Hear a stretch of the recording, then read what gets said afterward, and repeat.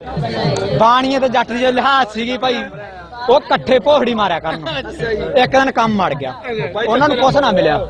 ਜੱਟ ਬਾਣੀਏ ਕੋਲੇ ਵਗ ਗਿਆ ਕਹਿੰਦਾ ਬਾਣੀਆਂ ਨਹੀਂ ਤਾਂ ਵੰਡਦੇ ਨਹੀਂ ਚੁੰਗ ਹੋਏ ਮੱਖਣਾ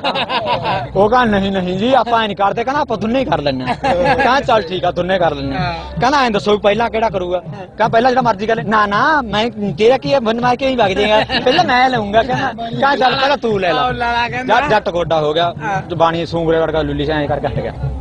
ਇਹ ਦੁਆ ਆ ਗਈ ਜੱਟ ਦੀ ਵਾਰੀ ਉਹਨਾਂ ਦੀ ਗੱਲ ਖੋਲੀ ਵੀ ਜਿਵੇਂ ਮਰਜ਼ੀ ਕਰੇ ਉਹ ਕਹਿੰਦਾ ਬਾਣੀਆਂ ਵੀ ਗੱਲ ਸੁਣ ਲਾ ਉਹ ਕੰਧ ਨਾਲ ਸਿਰ ਲਾ ਲਾ ਥਾਮਲੇ ਨਾਲ ਸਿਰ ਲਾ ਲਾ ਕਹਿੰਦਾ ਬਾਣੀਆ ਕਹਿੰਦਾ ਇਹ ਕੀ ਕਹਿੰਦਾ ਨਾ ਆਪਣੀ ਗੱਲ ਹੋਈ ਵੀ ਚੱਲ ਠੀਕ ਆ ਜੱਟ ਦਾ ਗਾਡਰ ਕਿੱਡੇ ਲੱਲੋ ਜਦੋਂ ਦੇਖਿਆ ਕਹਿੰਦਾ ਭੈਣ ਦਾ ਲੌੜਾ ਯਾਰ ਮਾਰ ਦੂਏ ਤਾਂ ਪੜ੍ਹੀ ਲਿਖੀ ਕੌਮ ਦਾ ਇਹੀ ਤਾਂ ਫਾਇਦਾ ਕੋਡਾ ਹੋਇਆ ਖੜਾ ਜੱਟ ਭੱਜਿਆ ਜਦੋਂ ਕੋਲੇ ਆ ਗਿਆ ਬਾਣੀਆ ਪਰੇ ਹੋ ਗਿਆ ਜੱਟ ਦਾ ਸਿਰ ਥਾਮਲੇ ਨਾਲ ਵੱਜਿਆ ਕਹਿੰਦਾ ਭੈਣ ਦਾ ਲੌੜਿਆ ਬਾਣੀਆ ਬੰਦਾ ਐ ਮਰ ਜਾਂਦਾ ਹੁੰਦਾ ਕਹਿੰਦਾ ਜਿਵੇਂ ਤੂੰ ਭੱਜ ਕੇ ਆਇਆ ਸੀ ਬੰਦਾ ਬਚਦਾ ਐ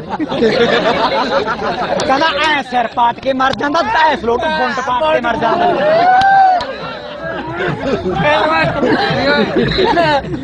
ਮੈਂ ਠੀਕ ਆ ਆਪਣਾ